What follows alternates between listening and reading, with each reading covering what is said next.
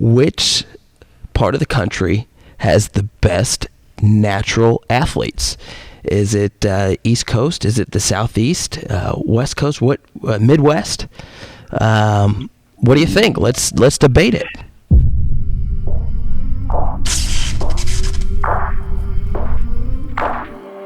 Okay, so I'll kind of come out swinging, and I don't.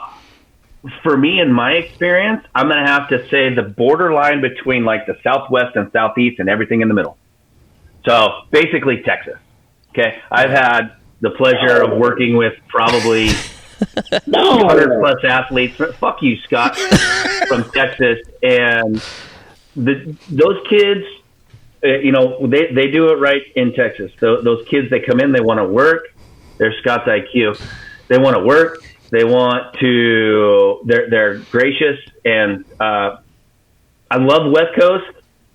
East Coast people, they're just aggressive and angry and purple monsters. And West Coast is very lackadaisical, and we have that bro vibe. But I'm going to come out swinging. I'm going to say that South right there in Texas. Don't mess with Texas. All right. I will respectfully say that's a good answer, Chris, and I appreciate it. And we've been friends for a while, so yeah. Couldn't even let him get it out of his mouth, baby. Hit him with the whammy. This is bullshit. We got you know what? I'm not even saying anything nice anymore. I'm just going to say what I have to, and that's it. It's Florida. Florida is number one. There is no place that you are having natural, innate ability athletes that are coming out of football, baseball, basketball. It does not matter. Texas, I will say, very similar to what Chris said. It's incredible. Listen, SoCal is producing a tremendous amount of athletes, but if you want to talk about pure size and the amount of athletes that come out of, it's Jersey, man. I mean, you look on any draft and you got guys from Jersey. You got girls from Jersey. Do you count Kobe Bryant from Jersey? Did he spend a month or two in I think he grew up in Philly, though. Yeah. Well, he fell over the state line. That's South Jersey. So do I have to say more than, for baseball right now, do I have to say more than Mike Trout? No, I don't have to. Where you going to come up? So, again, realistically speaking, though, I mean, I'm going to give props to the Northeast because, that's where I'm born and bred. But, Florida, the Southeast is, you walk down any street and you're going to find kids and athletes at any sport, any level. Now, is it their ability to train and play year round, Texas and Florida? And then the, parents grow up, they stay in Florida, and, then you got this long chain of Texans or Floridians, and they just, keep popping out athletic talent. Is that why this is? Because I agree with you guys. I think Texas and Florida, there's no question, those are top athletic states. And then I put Ohio number 3, obviously, but you're talking about breeding capacity right now. I mean, think about the day. Yeah. You're the last guy in the bar, and you're like, wait, what am I going to see here? Like, what am I going to get? Where am I going to breed with? So, right. Maybe that's a good point. I don't think anyone really has discussed that. When you talk about those states, they're typically, let's be serious, people from Texas, if you've been there for a while, you're not leaving. People from Florida, if you've been there for a while, you're not leaving. So maybe that's part of it. I don't know if it's per se being able to play all year round, because I think sometimes that affects it negatively, at a young age, because they don't play multiple sports. But, listen, you can get outside and you can do something every day in Texas, and you can do something outside every day in Florida. Well, I think, too, with Texas, you got to keep in mind, like, they're kind of leading the way in as far as hiring full-time high school strength coaches. 100%. I don't know whose phone that was. Well, yeah, it's a 6-figure job in Texas. Yeah, so they're paying those guys full-time jobs to be strength coaches. So, I mean, those guys are getting good money, and these kids are getting, I would say probably better trained than probably anywhere else in the country. Yeah. By having and that's part of the reason and that's part of the reason why I lean towards Texas is because of what you're saying, Matt. I haven't had a ton of experience with a lot of East Coast kids. Like I've had some from Florida, North Carolina, stuff like that. But because of how much bigger things are in Texas, I mean, a big high school game in Washington State maybe pulls 6,000 people. That's like the student section at a high school game in Texas, right? They're getting such high-end training at so long that when I would have my baseball guys come out for the summer, I'd have these 18-year-old freshmen from, I mean, you name the school in Texas, and I trained somebody from there, but they fucking know how to hip hinge. They fucking know how to squat. They fucking know how to deadlift, and those guys have been trained. Yep. So the high schools are investing into those kids, and those kids are putting out. And just the athletes that are coming out of the South in general, like east of Texas, go Texas all the way to Florida.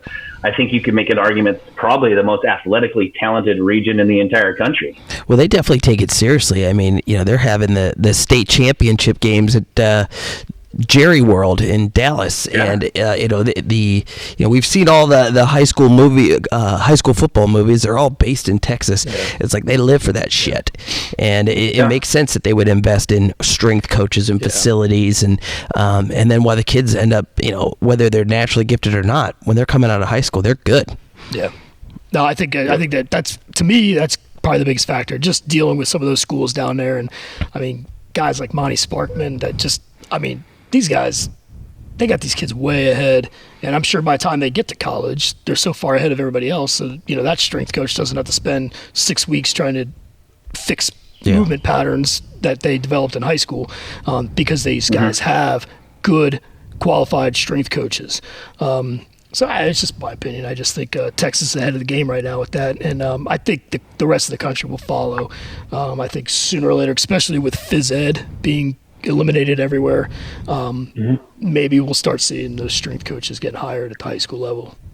Well, I think a big part of recruitment nowadays, and if you really want to know as an athlete, if a coach is seriously recruiting you, is they're not going to go outside to go watch you play. They've seen that happen. They're going to come in the off season and they're going to see what you're doing in the weight room. And that's baseball, basketball. That's for a female as well. Like you're talking about, if a college recruiter is spending the time on the road and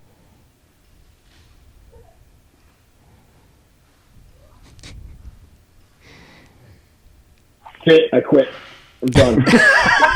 That was gonna be a good answer. I'd like to hear that. So if we can we can rewind because we can cut this.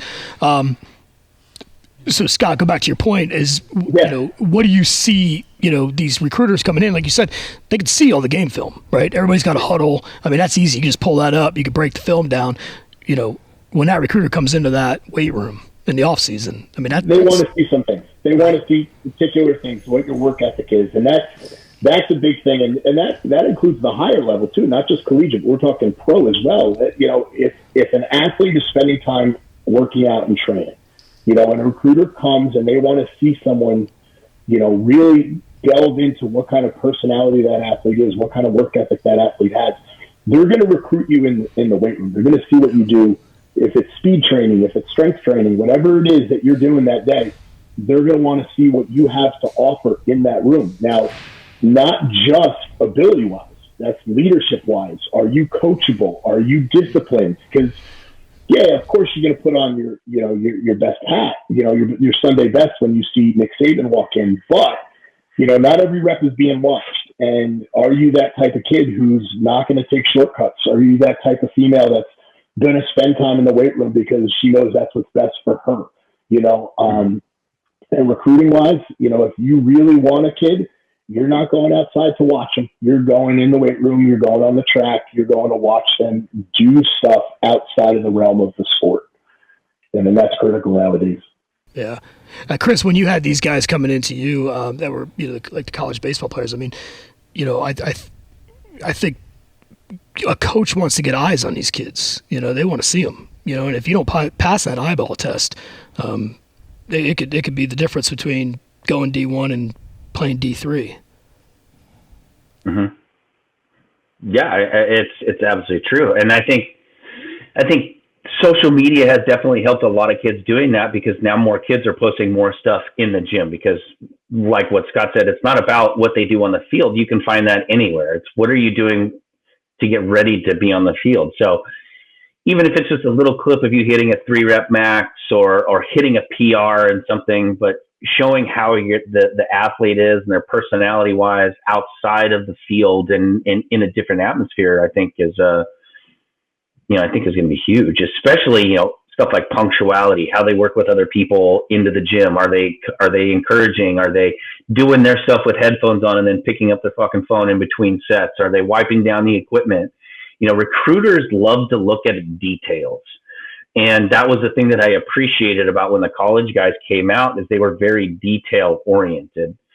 And, and that's kind of a big factor, is how well do you pay attention to the details. I came from the mud. There's dirt on my hands. Strong like a tree. There's roots where I stand. Oh, I've been running from the law.